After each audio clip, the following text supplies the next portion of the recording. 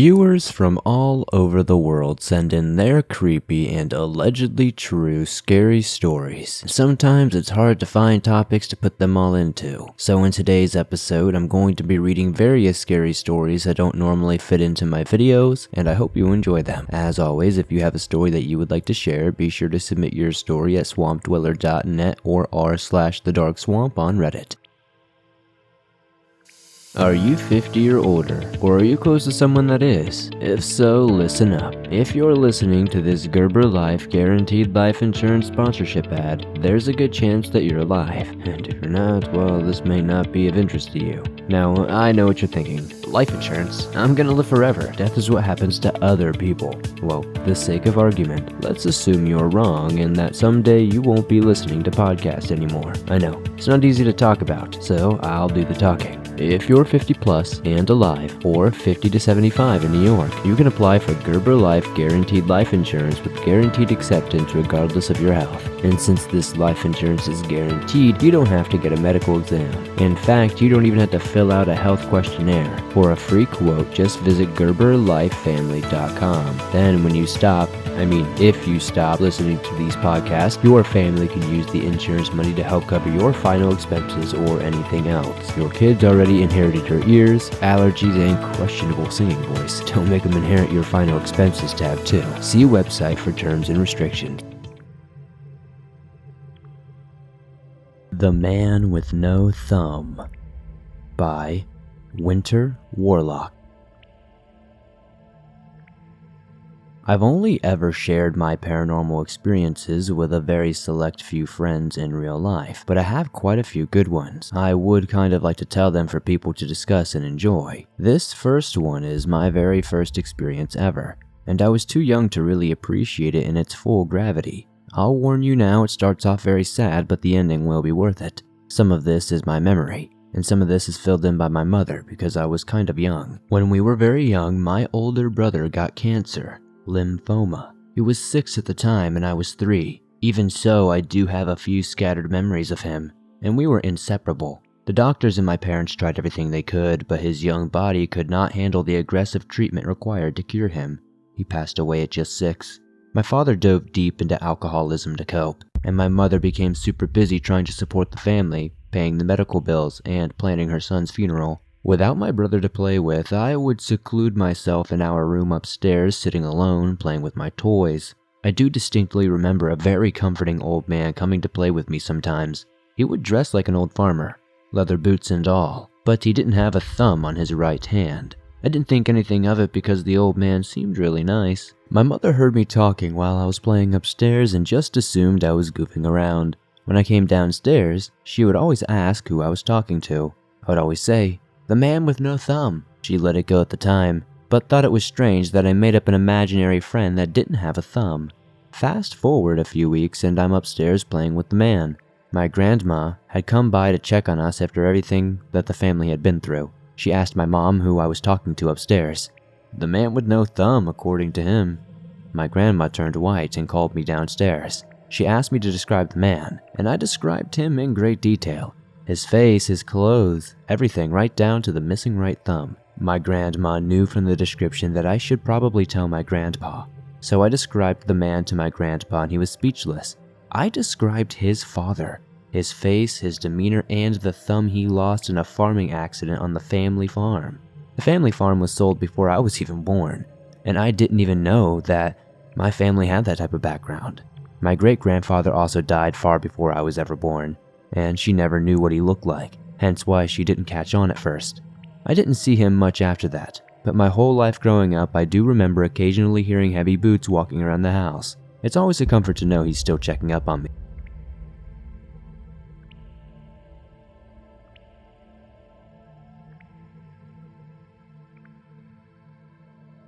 Man in the Wardrobe by Josh C. I was around 5 years old. My bedroom was the smallest room in the house, which I had a single bed and a wardrobe that used to belong to my older brother who had since left home to join the army. One night I was watching TV, laying in my bed, and I suddenly had this overwhelming feeling that someone was watching me. so I looked over my left shoulder to my door and there was no one there. As I looked back at the TV, I thought to myself, just saw something in the wardrobe. I looked back at the wardrobe, but it was closed, so I shrugged it off and carried on watching TV until I eventually fell asleep. That night I had a nightmare about a weird figure standing in my wardrobe and I woke up sweating and crying, so I ran to my parents' room and told them I felt sick. When I was that age, if I was ill, I would be able to sleep downstairs with my mom, so I used this as an excuse to not sleep in my room that night. The next night, again, I was watching TV in my room, and by the time the video I was watching had finished, it was dark outside, and I didn't have a light on, so the room went completely dark, except for 2 white lights coming from the gap between the wardrobe doors. Terrified, I ran to my parents again and said I felt sick, so I spent the night downstairs again. After a few nights of nothing happening, I almost forgot about what had happened entirely, so I fell asleep quite quickly, but this scratching noise woke me up. All that was lighting my room at this point was the night light from the moon coming in through my window. The scratching was clearly coming from the wardrobe, but I thought maybe it was just my sister in the next room or something. But I stayed sitting up in my bed staring at this wardrobe. After what felt like hours, but was probably only just 30 seconds, I started to turn away and the doors creaked open. I quickly turned on my TV, which showed static. This pretty much lit up the entire room as it was so small. I looked straight into the wardrobe and I could clearly see this figure. A silhouette of a tall man in a long black coat, black hair, no face, and bright white eyes staring down at me. I stayed downstairs for a week after that. As strange as it sounds, I got used to this figure in my wardrobe. There was clearly no room in there for someone to squeeze into the wardrobe, but somehow there would always be this massive figure inside. I would hear scratching sounds and bumping sounds, but I would never see it leave the wardrobe. About a year later, my brother was discharged from the army, training on medical grounds, and had ended up moving back in with us. I was now in the room next to my old room, and he had that one. One day I told him about the wardrobe, which was still in there, and he had told me he had experienced the exact same thing when he was my age.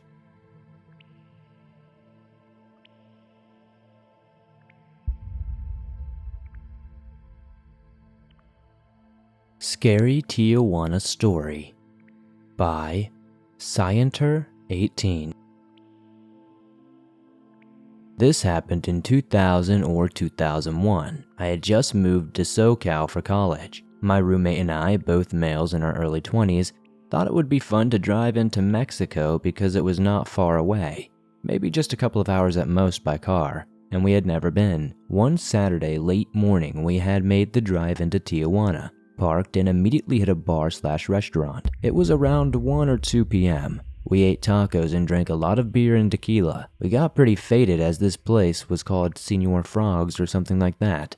I think we had cigars too. After a couple of hours, we exited onto the street pretty drunken and in very good spirits. It was still daylight, maybe mid-afternoon. I think our plan was to hang out a while longer than drive back home at dusk once we sobered up a bit. We were approached on the street by a very friendly Hispanic male. He was very short, maybe 5'2", Joe Pesci style, approximately 30s in age, and stocky. He was literally dressed like Louis from Revenge of the Nerds. He may have also had glasses on. He was very friendly and presented himself as like a tour guide. Hey, you guys not from around here? Let me show you guys the local spots. It's that kind of presentation. My first impression was very friendly and we disregarded him and said no thank you. At first, I didn't really notice anything to be scared of. He was dressed like a stereotypical nerd, and I guess he did have some pretty hardcore tattoos on his neck. Still, I was not scared of him, just didn't want to pay for this service. We kept walking and were in a busy part of town with a lot of people, so we really were not concerned about him at all. But he kept on just following us around, trying to make chit-chat about what bars or clubs were the best. It just seemed like he was a promoter or something. We were kind of aimlessly walking and he began to recommend different strip joints, which we also disregarded. Slowly it seemed we were walking more and more into the outskirts of town unknowingly. I don't know how this happened, but he was already right there following us the entire time. I don't recall how, but he was finally able to get us interested in a particular strip joint. He pointed it out and said it was probably the best or something. Maybe just because he was relentless, we agreed to walk over and go in. Oddly, we couldn't get in as my roommate didn't have his ID on him when we had just been drinking without issues. We ultimately walked away from this place and the follower began to ask if we had any interest in drugs, and he rattled off the name of a few. This was the first time he had mentioned drugs. Like an idiot, I said I was interested in a drug he had mentioned. He said follow me, and then led us toward a nearby bar, which was now really on the outskirts of town. On the walk over, my roommate quietly asked me what the hell I was doing buying drugs from this guy, but we continued. I told him it was fine. We walked into this crappy 2-story bar and he told my roommate to wait at the bar. He and I walked into the bathroom. I recall walking into a bathroom stall with him and him asking how much drugs I wanted. I said $20 worth, which was all the money I had on me. I gave him the $20 and the bathroom door opened shortly thereafter. Some random guy came in and gave the tour guide a small bag of drugs. He then gave them to me. I looked at it quickly and it seemed legit. I put it into my pocket. Well, I guess it's time to get out of here, right? Well, this guy is kind of in my way, so I make a move to pass him and say thank you. And he said something like, hold on a second, what about that $20 you owe me? I said I already gave it to you, and he reached into his pocket, I remember this clear as day, and pulled out a pathetic crumpled up $1 bill and said, nah, you just gave me $1. I literally was crapping my pants at this point. I told him I didn't have any more money, which was true. The bathroom door opened and my roommate walked in and began to use the urinal on the other side from us. I felt relief he was nearby. The tour guide was telling me something about, does your friend have money? I told him I didn't know, and the tour guide suggested that we go to the ATM. I agreed and told my roommate to follow us. We were now back on the street in daylight, following him to an ATM. My roommate didn't understand what was going on. I was whispering to him to give me $20, but he was saying he didn't have it. He may have suspected something weird was going on. We were getting back into a part of town with more people on the streets, which was comforting. I kept asking my roommate to just give me $20 so I can get this guy off our back. He finally gave me $20. Just as we were nearing an ATM, I turned confidently to our tour guide, partly because we were now on the street with more people around, and gave him the $20 with the remark, here's your $20, now screw off. He immediately grabbed the $20 and shoved it into his pocket. He demanded more money. We began walking away from him in another direction, but towards a populated shopping area. He stuck right behind us and was saying scary things that I can't quite remember. He seized my right wrist there. I had a watch on there that cost about $150. I wrenched my arm away, and we kept walking at a brisk pace. Now, a lot of people were around, and I quickly took the watch off and put it in my cargo shorts pocket. I passed by a market and 2 Hispanic males exited in front of us as we passed them. The tour guide yelled something at them and spoke to them briefly, and then all 3 of them were suddenly running at us. The cholos spinned me around and tried to pin me onto the side of the wall. The tour guide approached and put a big ballpoint pen to my neck. It hurt. One of the other guys began looking for the watch and I stopped him and simply retrieved it to give it to him. Once this happened, they fought for it and my roommate and I ran away. I looked back over my shoulder and they were literally fighting each other for this watch. A metal Swatch watch. It was nothing. We got to our car, tossed the drugs, and drove back across the border safely. I have only been back to Mexico one other time, in Rosarito Beach, and that time was also messed up by a lot of people that are similar to this.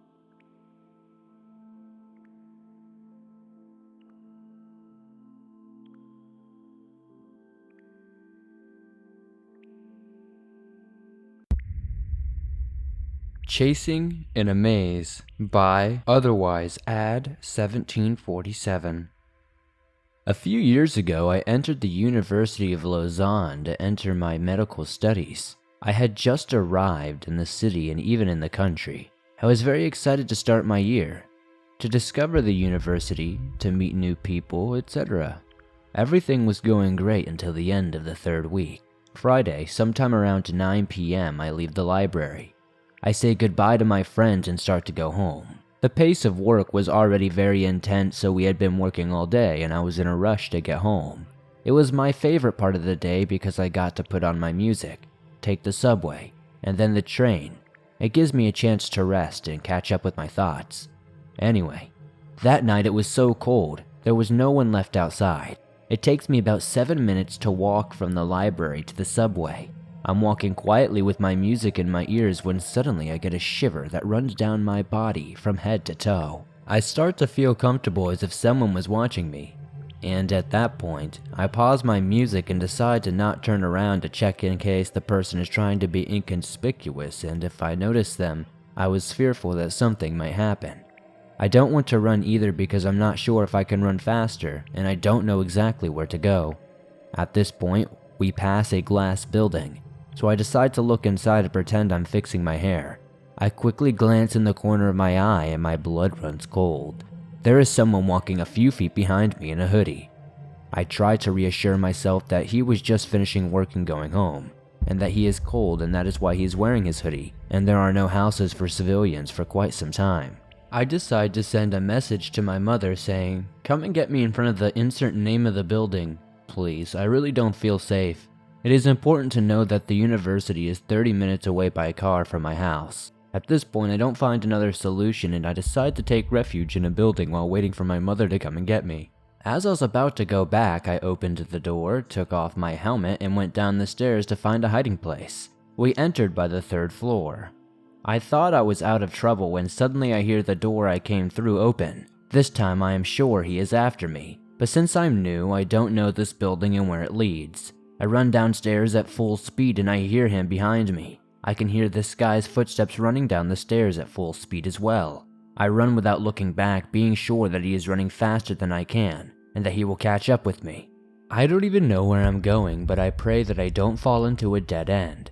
Looking back, I even think that it was like that scene in The Shining with the labyrinth. I don't know how far ahead of him I was, so I opened a window in the hallway to make it look like I was out of there, and opened a little door further.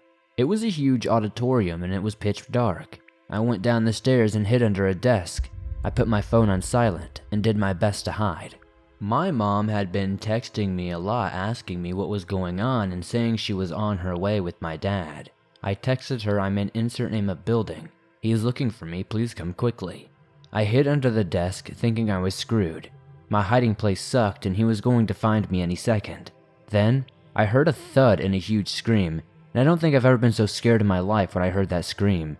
For 15 minutes my mother was sending me messages telling me to hang on, and at the end of those 15 long minutes waiting for him to find me, I finally got the message from my mom saying that she's here, and she has the police. They are going to enter the building and they need to know where I am. I just tell them I'm on the 2nd floor because I had no idea where I was, and after 2 minutes I heard the door of the auditorium open and it was the police coming after me. Once I got out, they took my statement and they said they would check out the university management. The next day, they contacted us and said that they saw on the surveillance cameras that there was indeed someone who had followed me. Apparently, there were no cameras inside that particular building though. You can't see the guy's face and therefore, we don't know who it is. They just sadly said that the security was going to do patrols at night and advised me to do something. They just said that security was going to do patrols at night and advised me to have someone with me when I'm out.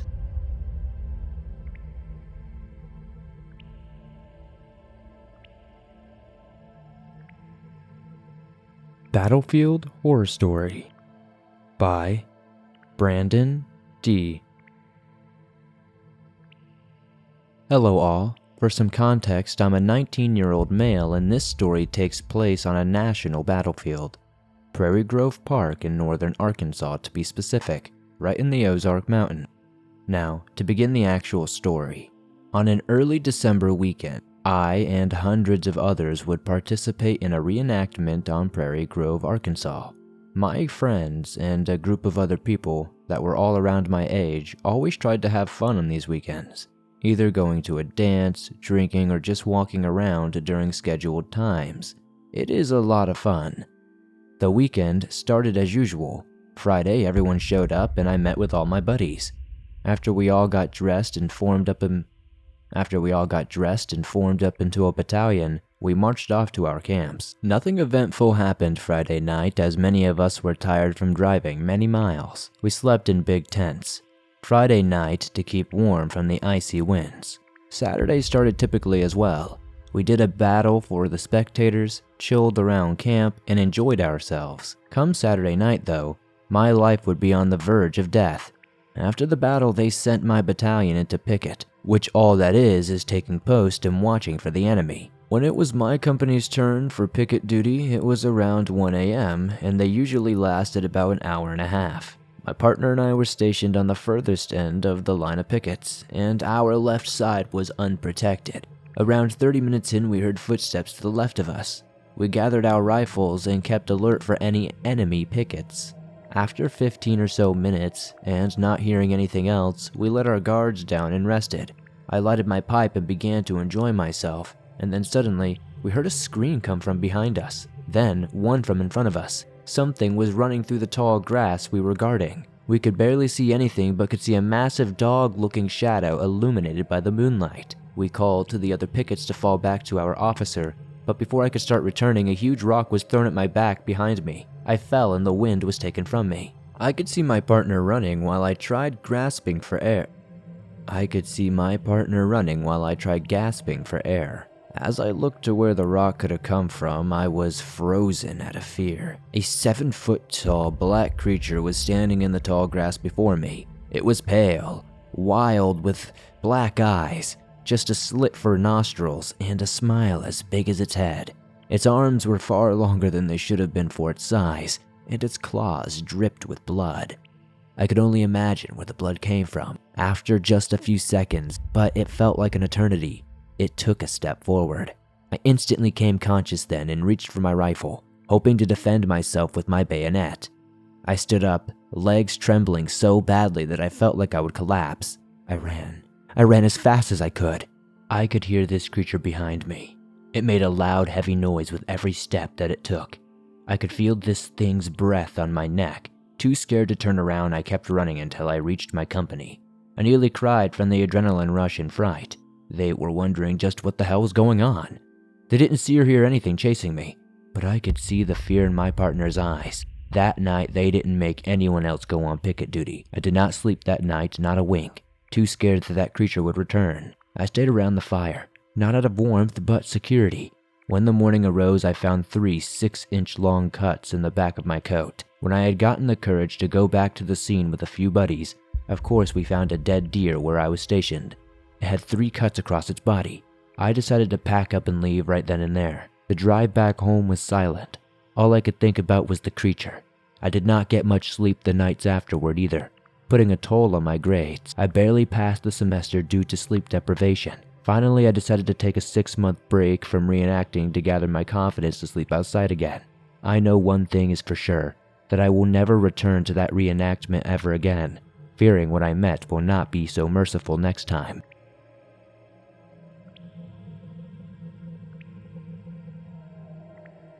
The Stalker by Bubblebuss.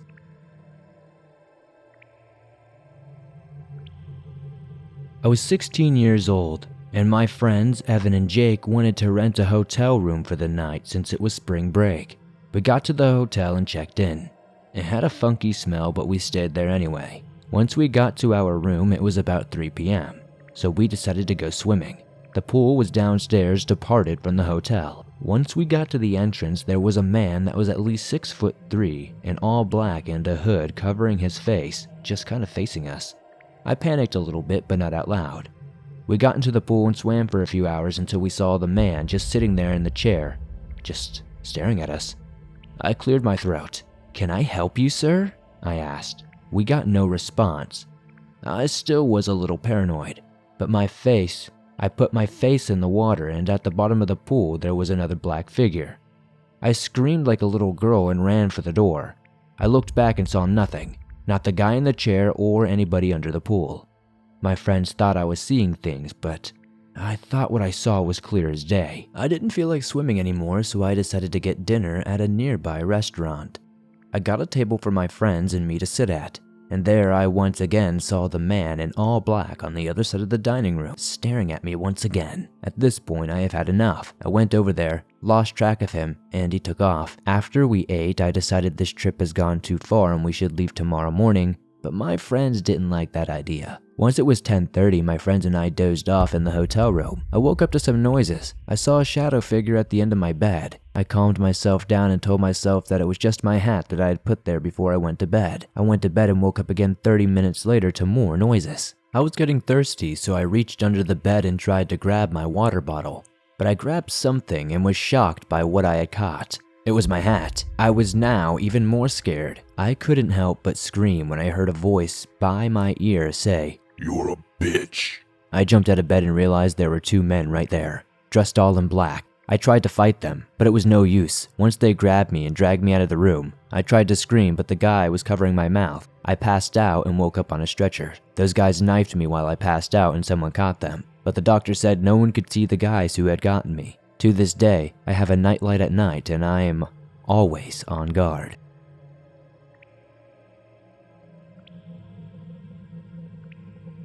Thanks for listening to these creepy and downright strange and allegedly true scary horror stories that'll freak you out tonight. If you enjoyed these stories, please be sure to slap that like button senseless, subscribe if you're new as it helps the channel grow, and be sure to comment down below letting me know what story was your favorite tonight. I'd love to see the discussion. If you have a story that you would like to share in a future episode, be sure to submit your story at swampdweller.net or at Reddit on r/thedarkswamp. I would love to share your story with everyone here in the swamp. It's stories like yours that help keep this show going on a daily basis. If you're listening to this on Apple Podcast or Spotify, please give this a 5-star rating over there as it helps the show grow immensely. If you're on the go but don't have YouTube Premium, but still want to download and listen to your favorite Swamp Dweller scary stories no matter where you are, you can download them absolutely free from Apple Podcasts, Spotify, Google Podcasts, and pretty much anywhere else you find your favorite podcast online.